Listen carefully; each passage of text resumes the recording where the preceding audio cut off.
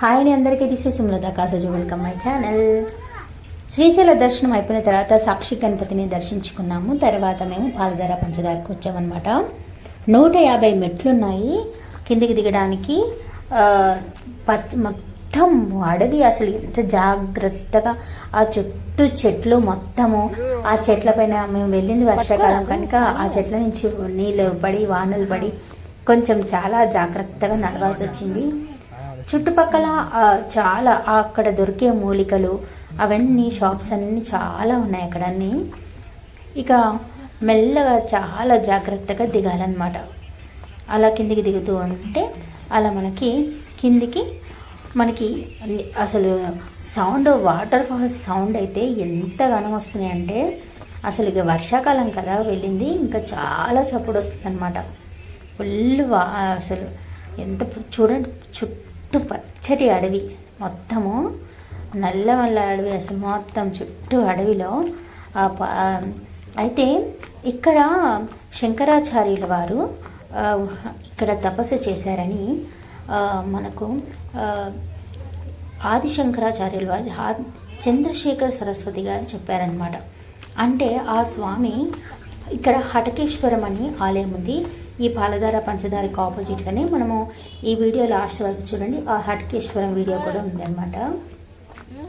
అయితే స్వామివారు శ్రీశైల దర్శనం చేసిన తర్వాత హటకేశ్వరం కూడా దర్శించుకున్నారనమాట. అయితే అక్కడ హటకేశ్వరం ముందు చెట్టు ఉందన్నమాట.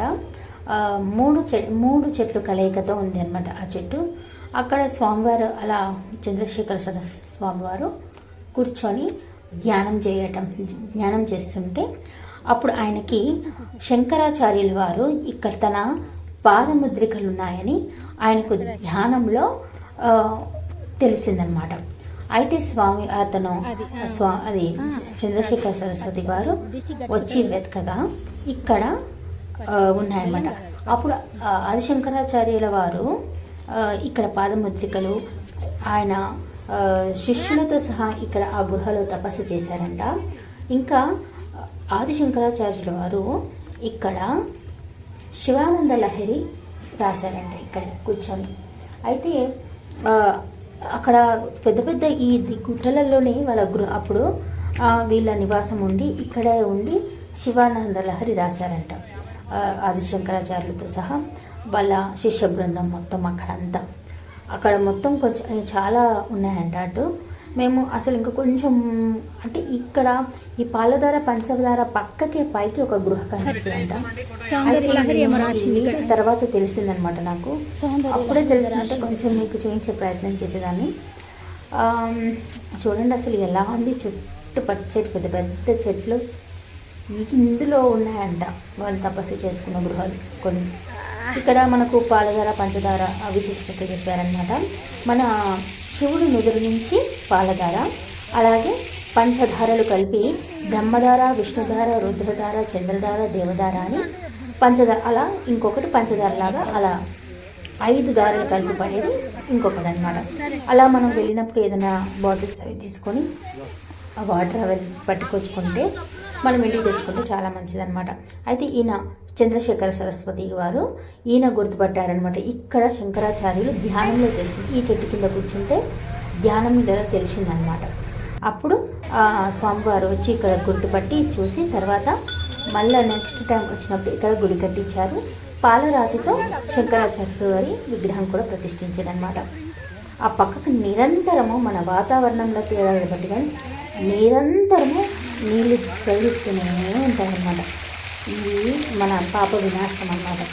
మొత్తం చక్కగా ఈ నీళ్ళతో స్నానం చేసిన మనం ఇంటికి తీసుకెళ్ళి మనం వాటర్లో కలుపుకొని స్నానం చేయొచ్చు అనమాట. ఇక్కడ ఈ బండ అవుతుంది కదా, దీనిపైన ఉందంట ఒక గృహ. ఇక్కడ ఉండేవాళ్ళంట. ఇక్కడ నుంచి వచ్చి ఇక్కడ తపస్సు చేసుకుంటూ ఆ శివానంద లహరి రాశారంట. ఇక ఆ పక్కకి మాకు చప్పుడు వస్తుంది, వాటర్ ఫాల్స్ చప్పుడా ఏంటా అని కొంచెం ముందరికి వెళ్ళి చూసినాము. అసలు ఎంత పెద్ద కొండ మీద నుంచి నీళ్ళు దుంకుతున్నాయంటే పాప అసలు ఎంత బాగుందో. దీని వెనకాలే అలా చూసాం, వెళ్ళగలమా లేదా అని కొంచెం వెళ్ళి చూసేసరికి చాలా అసలు పెద్ద హైట్ నుంచి పడుతున్నాయి వాటర్. ఇది కూడా చాలా స్పీడ్తో మంచి సౌండ్, కానీ అసలు ఎంత చెవులకైతే వాటర్ అప్పుడు ఎంత మంచిగా అనిపిస్తుంది కదా. చాలా బాగుంది అసలు, ఇంత బాగా. అభిషేక అమ్మవారి విగ్రహం పెట్టారు అక్కడ, సరస్వతి అమ్మవారిది. వాటర్ పడేటట్టు అక్కడ చిన్న చిన్న శివలింగాలు కూడా పెట్టారు వాటర్ పడేటట్టు. అసలు చాలా బాగుందన్నమాట. ఇక ఇక్కడ అయిపోయిన తర్వాత అటు లోపలికి వెళ్ళి చూద్దామని ఇక వెళ్ళి చూసామన్నమాట.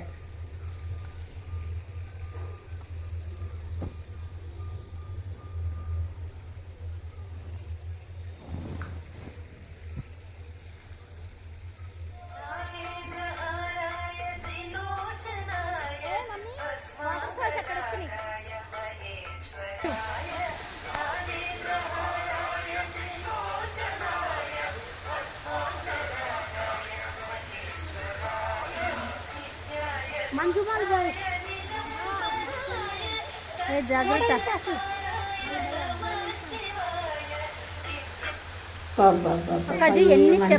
అసలు పై నుంచి దొంకుతుంది ఈ వర్షాకాలం కావడంతో, అక్కడి నుంచి పైన నుంచి దొంకుతుంది. మేము ఇంతకుముందు వచ్చినప్పుడు అలా ఇక్కడ వాటర్ దిపడలేదు, వేరే ఎండాకాలం అలా వచ్చినప్పుడు ఏమన్నా వాటర్ పడుతుందా. అసలు చాలా హ్యాపీగా ఫీల్ అయ్యాము. వెళ్ళి కాసేపు దగ్గర నేను నిల్చొని కొంచెం ఫోటోలు తీసుకొని వీడియోలు తీసుకొని జాగ్రత్త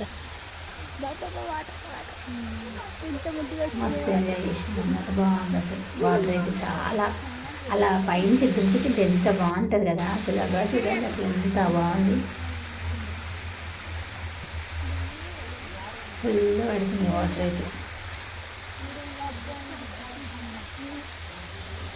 అసలు చాలా హ్యాపీగా వెళ్ళాను. అసలు ఎంత వాటర్ చాలా బాగున్నాయి.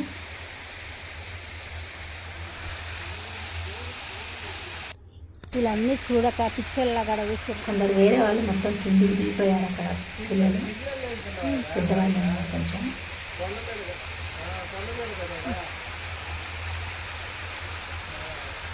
చూడండి అసలు ఎలా పడుతున్నాయి వాటర్.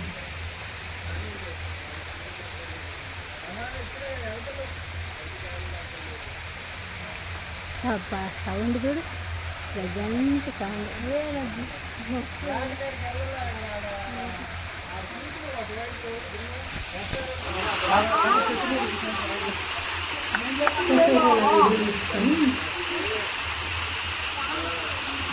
అసలు ఇంత వాటర్ ఫాల్ ఇంత దగ్గరగా ఉండడం అయితే ఫస్ట్ టైం. అప్పుడు మేము కేరళ వెళ్ళినప్పుడు కూడా వాటర్ ఫాల్లో దించాను నేను. అయితే దూరంగా ఉన్నాను అన్నమాట. అంటే అది ఎప్పుడు వచ్చేది కనుక చుట్టూ గోడ కట్టేసి అక్కడ దగ్గరికి వెళ్ళకుండా పెట్టాలి. ఇది మనకి అది వర్షాకాలంలోనే వస్తుంది కనుక అలా. తర్వాత ఇంకా అందరం ఫొటోస్ దిగేసాం అక్కడ. ఇక ఎక్కేటప్పుడు కొద్దిగా హైట్ ఉన్నాయి. దిగేటప్పుడు ఈజీగానే దిగిపోయినాం, కానీ ఎక్కేటప్పుడు అయితే కొంచెము ఇక చాలా ఇబ్బంది అయిపోయింది. కొద్దిగా సగం దూరం ఎక్కి కూర్చొని అలాగే సగం దూరం ఎక్కి ఇంకా పైకి వచ్చేసామన్నమాట. దీనికి ఎదురుగానే హటకేశ్వరం అనమాట, ఒక 50 అడుగులు అంతే, చాలా దగ్గర. అయితే శ్రీశైలం వెళ్ళిన వాళ్ళు ఈ హటకేశ్వరం ఒకటి, సాక్షి గణపతి తప్పకుండా చూడాలంట. హటకేశ్వరం చాలా మహిమాన్వితమైనదంట. అయితే హటకేశ్వరం ముందు ఉన్న ఈ వృక్షం కూడా చంద్రశేఖర సరస్వతి వారికి ధ్యానంలో కనిపించారు కదా శంకరాచార్యుల వారు. అలాగా అక్కడ ఆ చెట్టుకు అంతా ధ్యాన సమాధి అవుతారంట. అక్కడ కాస్త కూర్చుంటే ధ్యానంలోకి వెళ్ళిపోతారంట. ఆ చెట్టుకు ఎదురుగానే శివలింగం కనిపిస్తుంది కదా. అలా శంకరాచార్యుల వారు ఈ వచ్చింది తెలిసిన ఈ చంద్రశేఖర సరస్వతి గారు అలా నిల్చున్నప్పుడు కూడా ఫోటో దిగారంట. ఆ ఫొటోస్ కూడా ఉన్నాయంట. ఇక పెద్ద పెద్ద వాళ్ళు వచ్చినప్పుడు అన్నీ చూపిస్తూ ఉంటారు అన్నమాట. అలా దానికి ఎదురుగానే అనమాట, కొంచెం ఆపోజిట్. ఇక మేము అక్కడికి వెళ్ళిపోయామంట. అయితే ఒక కుమ్మరి వారికి కుమ్మరైన శ్రీశైలం వచ్చిన వాళ్ళందరికీ భోజనాలు అవి పెడుతూ ఉండేవారట. అయితే ఊకే ఆయన భోజనాలు అన్నీ పెట్టడం, ఆయనను మెచ్చుకోవడం చూసిన వేరే వాళ్ళు ఎలాగైనా ఇతను పెట్టకుండా చేయాలని ఆ రోజు ఇంకా ఆ కుండలన్నీ పగలగొట్టేశారంట. అయితే ఇక ఇక వచ్చిన వాళ్ళకి నేను వండి పెట్టలేను, నేను శివభక్తులకి ఏం చేయలేకపోతున్నానని బాధతో ఆ చెట్టుకు కొట్టుకుంటే ఆ రక్త బిందువులు ఆ పగిలిన కుండలో పడి బంగారు శివలింగంగా స్వామి ఉద్భవించారట. ఇదే ఈ బంగారు శివలింగం. ఇలా ఇది అంటే కుండలో వెలిసిన ఈ శివలింగం కనుక హటకేశ్వరం అని అంటారంట. అలా ఎవరు ప్రతిష్ఠించింది కాదు, స్వయంగా శివుడే అలా హటకలో కుమ్మరివారికి ఆయనకి ప్రత్యక్షమయ్యాడంట. ఎంత మహిమాన్వితం కదా. ఈ చెట్టు చుట్టూ తిరిగితే సంతాన సాఫల్యం కలుగుతుందట. మూడు చెట్లు కలిసి ఒకటి చెట్టుగా వచ్చిందనమాట. ఈ చెట్టు చుట్టూ నాగ ప్రతిమలు ఉన్నాయి. సంతానం లేని వారు ఇక్కడ ప్రదక్షిణ చేస్తే సంతానం అవుతుందంట.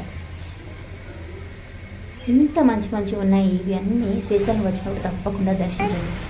Thank you for watching. Please like, share, subscribe.